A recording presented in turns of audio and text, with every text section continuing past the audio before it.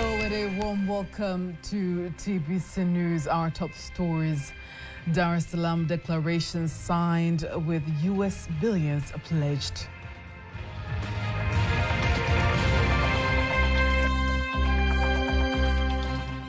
Our gathering here in Dar es Salaam with Mission 300 as our agenda sets us on right track. AU condemns violence in DRC.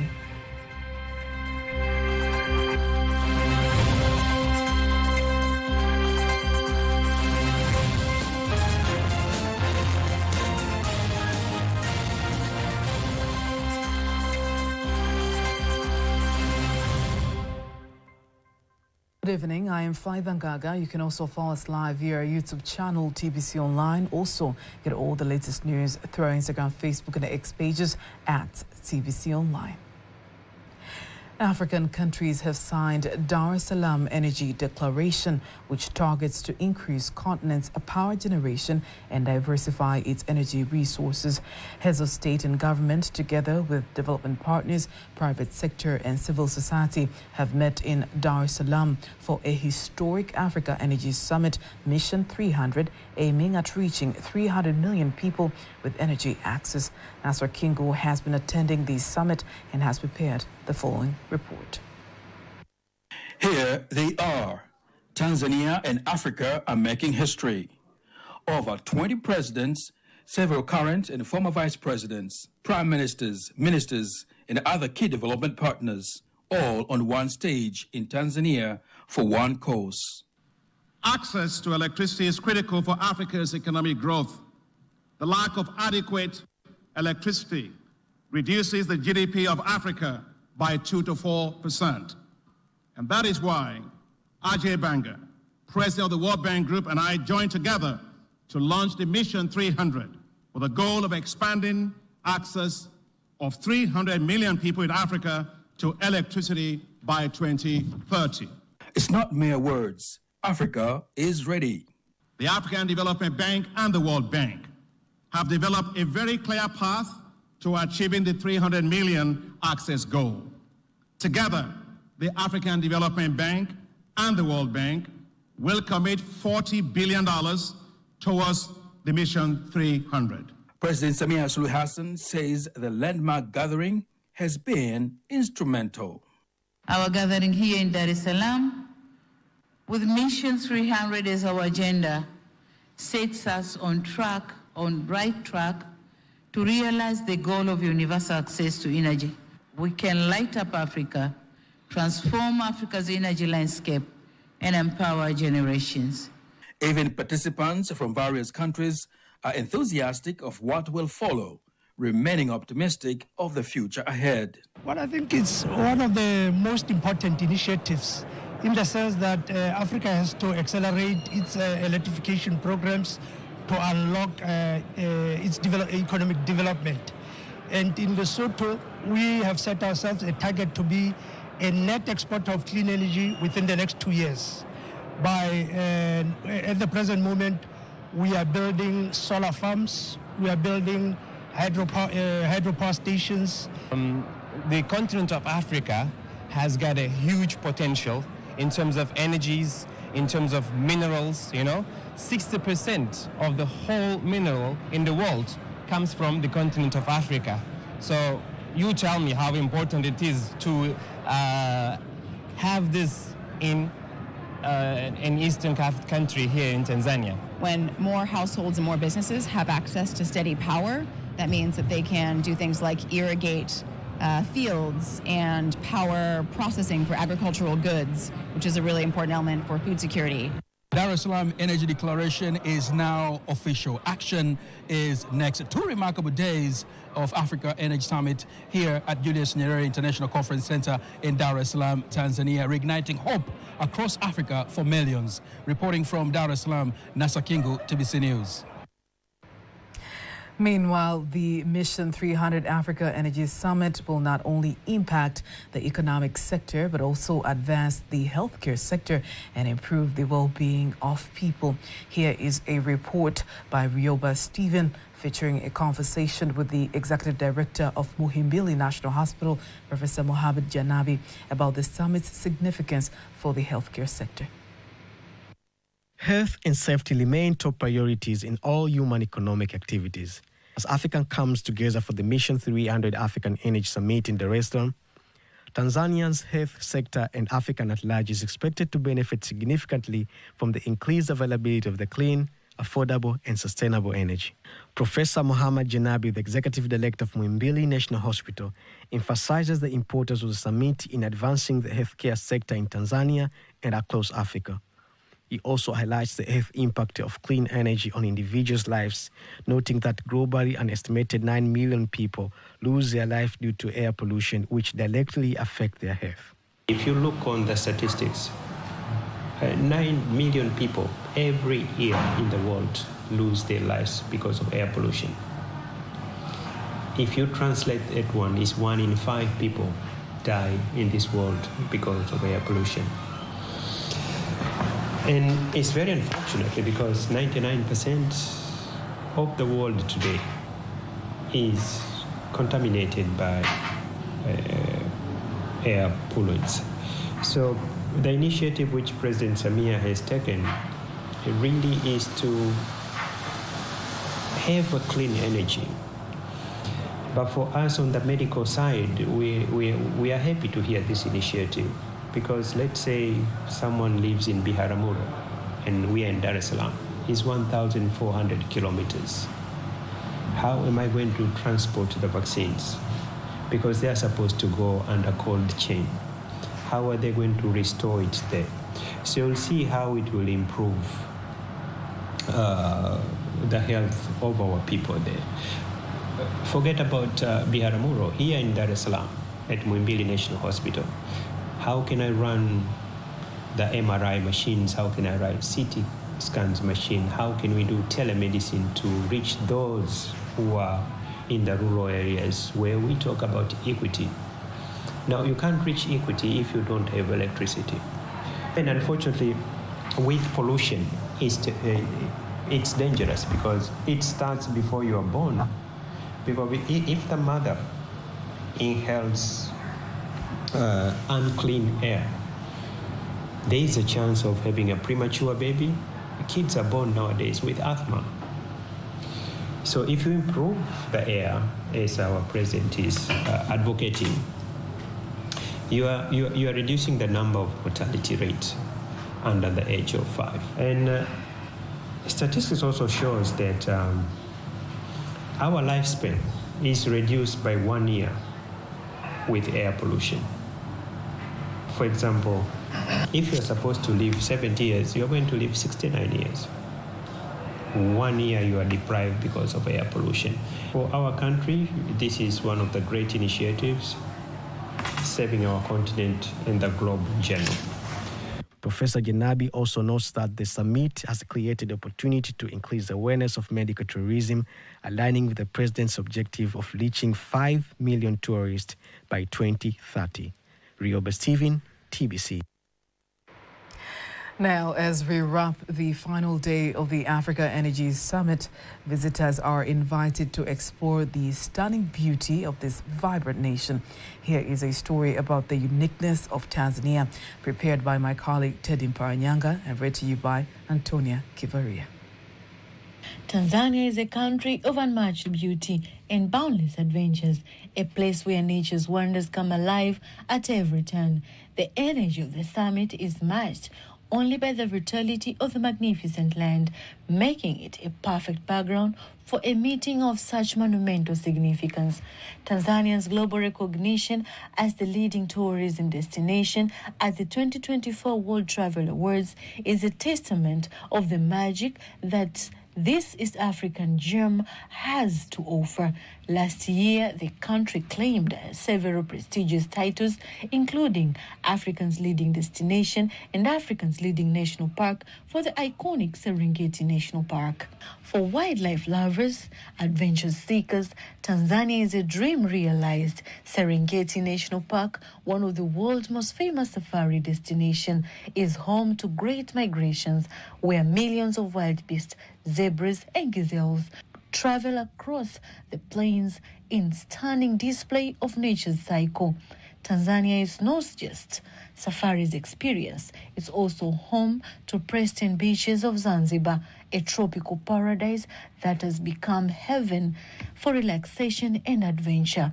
The island's crystal clear waters, white sands beaches, and rich cultural heritage make it a unique destination in itself. Tanzania is home to Africa's highest peak, Mount Kilimanjaro, a majestic domed volcano that rises above the plains at 5,089.95 meters. For trekkers and climbers, reaching the summit is a life-changing journey, offering unparalleled views and opportunity to conquer one of the world's most iconic mountains. The reward of standing at the roof of Africa is one of the ultimate travel experience. Tanzania's rich cultural heritage is just cultivating its natural wonders. The country is home to over 120 ethnic groups, each with its own unique tradition, language, and customs. Visitors are welcome to open arms into local villages where they can learn about old age craft, music, dance, and customs. From the Maasai warriors to the Swahili traders of the coast, Tanzanians people embody the warmth and hospitality that makes this destination truly unforgettable. From the hassles of Dar es Salaam lively market to the tranquility of Ngorongoro craters, Tanzania offers a unique blend of experience that caters to all types of travelers, whether it's for exhilarating safari, relaxing beaches getaway, or an immersive cultural adventure. Tanzania promises something special for everyone. As Africa's leading tourism destination, Tanzania is not just a place. It's an innovation to explore, discover, and connect with the soul of the continent.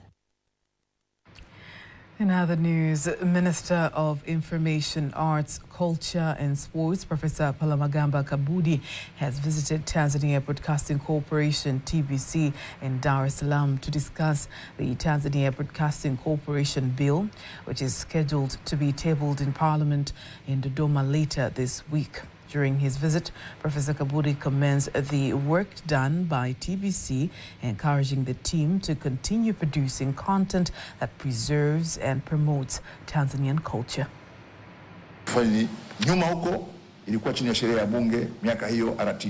Granting a broadcasting bill to TBC is very important, as it is a government institution and is highly watched, especially abroad. In addition, Professor Kabudi urges media to highlight developments happening in the country, such as the 300 Africa Energy Summit, whereby Tanzania has made significant strides in electrifying the nation. He emphasizes the importance of using such platforms to educate young people about the country's history and achievements. For 600 million Africans that lack electricity, we are aiming to reduce the number by 2030. But for our country, Tanzania, we have stepped forward by connecting electricity in all of our villages. Media should know that its role is not to frighten people, but rather educate and to professionally warn the society on issues such as outbreaks of diseases. Professor Kabudi was welcomed by TBC's Director General, Dr. Ayub Rioba, who reiterates the critical role of media in nation building and in fostering a sense of pride and cultural identity among Tanzanians. As the world commemorates Data Protection Day, the Director General of the Personal Data Protection Commission in Tanzania, Dr. Emmanuel Mkelia, urges stakeholders in the digital economy to prioritize trust in managing personal data. He emphasizes that this approach is essential for building a Tanzania that respects humanity, human rights, and individuals' privacy. Speaking to TBC News, Dr. Mkelia also shares insights on the current state of personal data protection in the country, particularly in the context of technological advancements and digital transformation. personal data protection is actually to ensure that the data collectors and data processors have got all the systems operating to be secured by design and secured by default, but as well as privacy by design and privacy by default. And this can be benchmarked with issues like you have the proper guideline, you have proper policies and all that, so that we can have a well-enhanced digital economy platform, which is the focus of the country currently. In fact, the simplest way when we want to talk about the digital economy, the cornerstone of it is trust. And the trust will depend on how these systems have been developed and how data subject is ensured. Whatever is being done and the service delivered through the digital platform is secured by design and secured by default. But also, privacy is the first priority by design and default. As we are talking today, Tanzania is considered to have the best personal data protection law, which is well designed to suit our environment and the attitude and the culture of Tanzanians. And you can see now, as we talk about digital transformation and the technological stack of the country, we are talking about the consent management system to be part of the process, which means we are considering how technically the law can be managed in the digital environment from which we are embracing it. In case you missed any of our stories, remember you can always go to our YouTube channel at TBC Online. Watch anytime, anywhere around the globe. Now, before winding up the local news, let's have a look at today's exchange rates according to the Bank of Tanzania, BOT.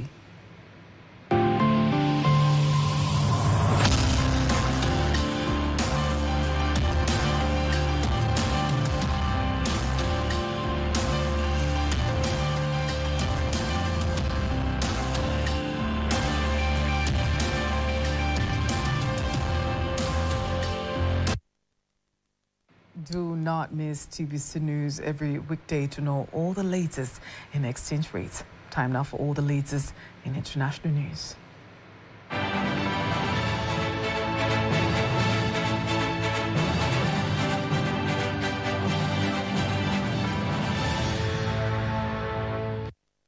Now let's dive deep into the international news as compiled and read to you by Lulua Muhammad. More than 1,000 people have been arrested across the U.S. within the last 24 hours as a result of President Donald Trump's immigration crackdown. Raids are happening nationwide, including the major operation in Chicago. On the other hand, tens of thousands of migrants moving to the U.S. are now stranded in Mexico for the 6th day. Their asylum request appointments were cancelled when President Donald Trump took office. In absence of official information, it falls on religious leaders to provide hope, comfort, and political context. Fighting in the Eastern Democratic Republic of the Congo, DRC, city of Goma has intensified as the military continues to hold off the M23 forces. On Monday, rebels, which the United Nations says are backed by Rwanda, marched into Goma and declared the key city under their control, signaling a big blow to the Congolese army and a serious escalation in the years-long conflict that has killed hundreds and displaced millions in the eastern DRC. DRC's Rural Development Minister Mohindo Nzangi said the Congolese army controlled 80% of Goma, with Rwandan troops either on the city's outskirts or back across the border. At least 17 people were killed in Goma on Monday, and 367 others wounded in the clashes. The United Nations and other aid agencies said hospitals are overwhelmed in East Congo's city of Goma, treating hundreds of patients. And weather warnings have been issued in parts of named Friday by Spanish weather authorities, where hurricane force gusts were recorded. That was international news. Sports news up next.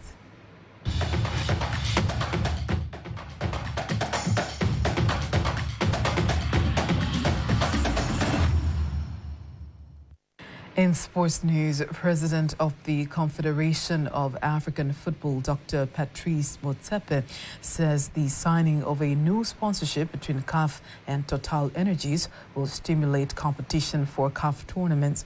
Speaking after the signing of a 3-year contract deal between CAF and Total Energies in Dar es Salaam, Dr. Motsepe says the sponsorship will promote football among youth, improve skills, technology, and expand the scope of employment for young people in Africa through football. A huge part of that money will find its way into Tanzania. We gave them $300,000.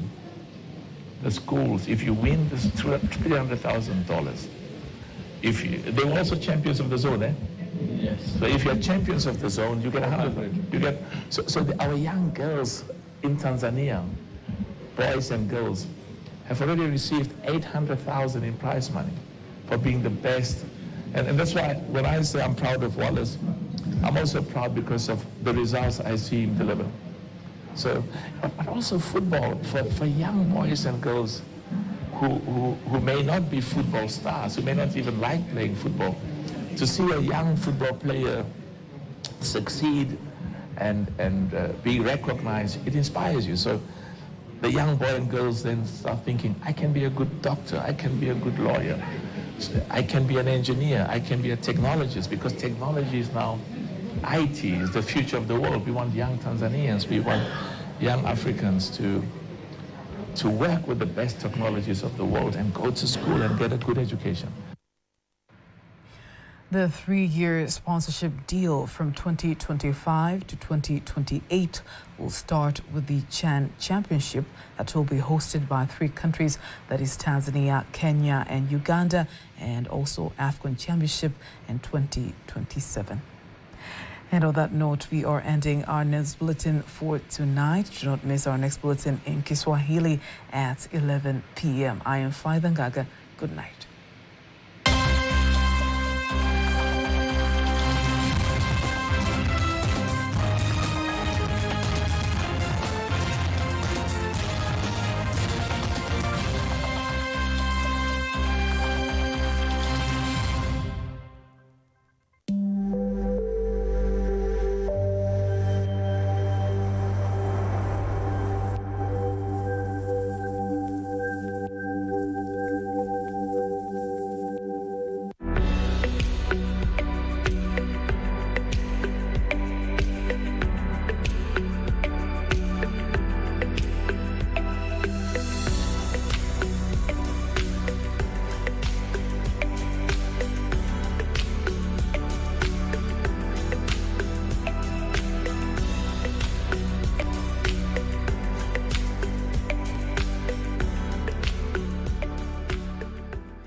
Viazi vitamu ni chanzo kizuri cha virutubisho na vina faida nyingi mwilini, ambazo ni pamoja na viazi vitamu ni chanzo kizuri cha wanga, ambayo ni chanzo muhimu cha nishati katika mwili. Nyuzi zilizomo ndani ya viazi vitamu husaidia kuboresha usagaji chakula na kuzuia matatizo ya mmeng'enyo. Beta carotene inayopatikana kwa wingi inabadilishwa kuwa vitamini A, ambayo ni muhimu katika kusaidia kuona na afya ya macho. Utajiri wa beta carotene uliopo kwenye viazi vitamu husaidia kuongeza kinga ya mwili, pamoja na vitamini A iliyopo ndani yake ni muhimu katika mfumo wa kupumua na utumbo. Utafiti unaonyesha kuwa viazi vitamu vinaweza kusaidia kudhibiti viwango vya sukari kwenye damu. Viazi vitamu vina nyuzi na wanga ambao unaweza kusaidia katika kudhibiti uzito na kukufanya kujihisi umeshiba kwa muda mrefu. Virutubisho vilivyopo katika viazi vitamu kama vile vitamini C na beta carotene vinaweza kukusaidia katika kupona haraka majeraha au ugonjwa. Kwa ujumla, viazi vitamu ni mboga yenye virutubisho vingi ambavyo vinachangia afya njema ya mwili.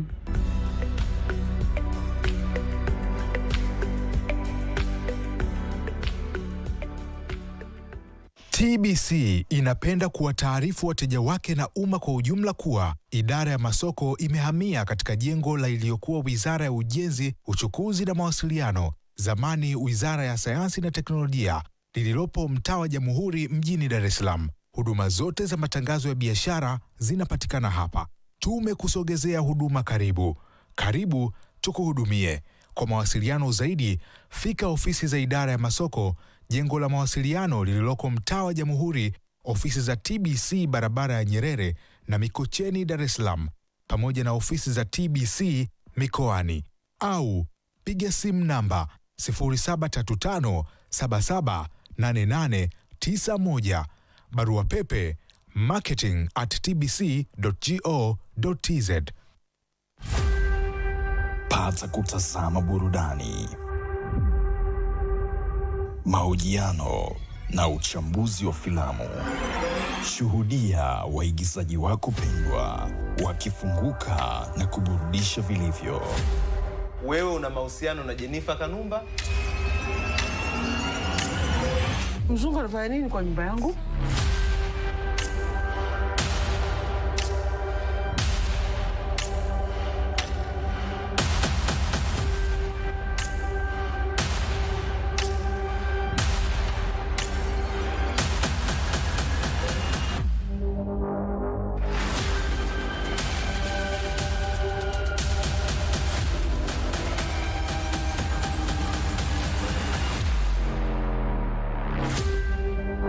Fanani kila Jumamosi hapa TBC1. Usikose. Kama ardhi inavyohitaji mvua, ndivyo Aridhio inavyohitaji macho na masikio yako. Ni ulimwengu wenye nguvu, kalamu na talanta. Uvumi huja na kuondoka, lakini maarifa na taarifa huwasili na kuweka makazi ya daima fikrani. Tutakagua visa, tutasaini passport, tutakupatia boarding pass na kuabiri nawe katika Air Aridhio.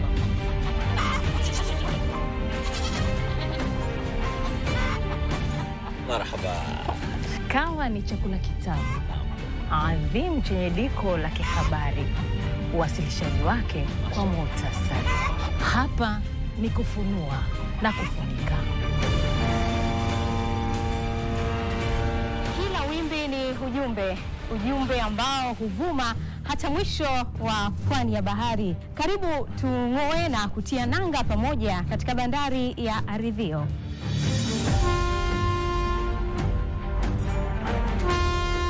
Kwa pamoja jongea tuifungue milango ya maarifa na burudani. Safari ya ukweli na uhakika. Ni muda wa kujifunza na kuburudika. Karibu katika Aridhio. Mataifa ni rubaa zenye mgodi wa madini aina. Ni utoshelevu halisi wenye maarifa usio na ukomo. Toka kaskazini, kusini, magharibi na mashariki. Ni mchanganyiko wa taarifa za burudani, taarifa za michezo kutoka kwenye vyanzo vya kuaminika, kugonga besera kwenye dakika za magharibi ya roho kabisa, kukuruka kara na kile taarifa ambayo unahitaji kuisikia ya ukweli na uhakika ya michezo, basi ni kupitia Jaramba. Karibu ungane nasi kila uchao kwenye Jaramba. Hapa ndipo mawazo yanapokutana, ndoto zinakuwa, historia inapoandikwa, kesho inapotabiriwa. Ukijisikia kupotea, Aridhio ndio mwelekeo.